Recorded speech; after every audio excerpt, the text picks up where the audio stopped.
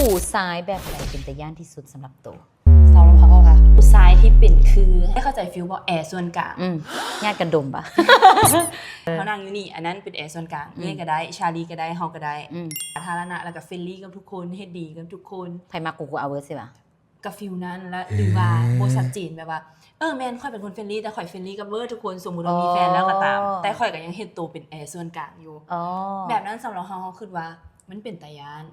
หลายกรผู้ชายที่แบบว่าน้ำนิ่งๆแต่ไหลลึกเนาะเฮายังพอแบบอันนั้นได้แต่อันนี้แบบว่าสรุปตอนใดแท้ตอนใดตัวเฮานี่พิเศษหรือบ่พิเศษบ่ข่อยบ่มักตาย้านก็ผู้ชายที่แบบว่าเจ้าสู้แล้วแบบเขียนเส้นหน้าผากเลยว่าข่อยเจ้าสู้สินะเป็นผู้ชายที่ปากหวานและบริหารเสน่ห์รู้สึกว่าเป็นผู้ชายที่อันตรายในวงสังคมที่แบบหลายๆคนที่นั่งเนาะแล้วสิเจอกับคนต่างประเทศหลายเส้นเขาเจ้าแสดงตัวเป็นสุภาพบุรุษลมน้ำเฮากระตาน้อยตาใหญ่นุ่มนิ่มกัดเส้นอะไรนี่สิหันนะคือว้าวสิหันนะแล้วแบบ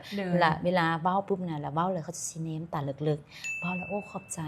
ค่อยแบบ thank you so much จังซั่นจังซี่ที่เจ้าอันนั้นอันนี้สินะแล้วแบบเราต้องสังเกตเนาะคนต่างประเทศเขาจะมีคนเป็นสุภาพบุรุษ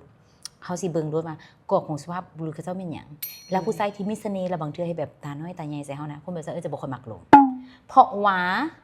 ถ้าเขาจะเป็นแบบซี่กับเฮาเขาจะสามารถเป็นแบบซี่กับทุกคนแล้วเขาก็บ่ฮู้ว่าเบื้องเลยเขาเจ้าแบบใดเขาเจ้าสิ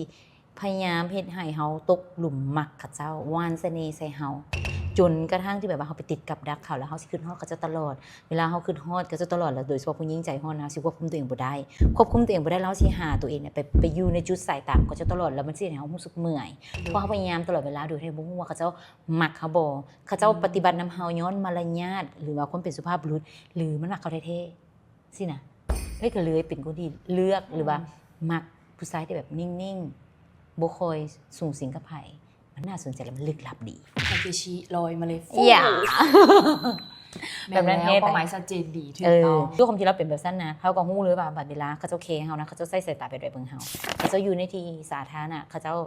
มารยาทเขาเจ้าแบบใดสุภาพบุรุษแบบใดเขาเจ้าเข้ากับคนแบบใดหรือเขาเจ้าบ่เว้าก็ย้อนอีหยังแล้วใจฮ้อนอีหยังนะฮู้เบิดอันนั้นมันง่ายกว่านี่แบบจะต้องมานั่งระแวงป้าเฮาลงไหลในแบบมนต์เสน่ห์ของผู้ชายคนนั้นแต่เฮาอย่าลืมว่าเฮาสัมผัสได้คนอื่นก็สัมผัสได้เสน่ห์ผู้ชายคนนั้นแม่นมันต่างจากตอนยังน้อยแล้วเนาะความฮักเป็นการบอกแต่ปัจจุบัน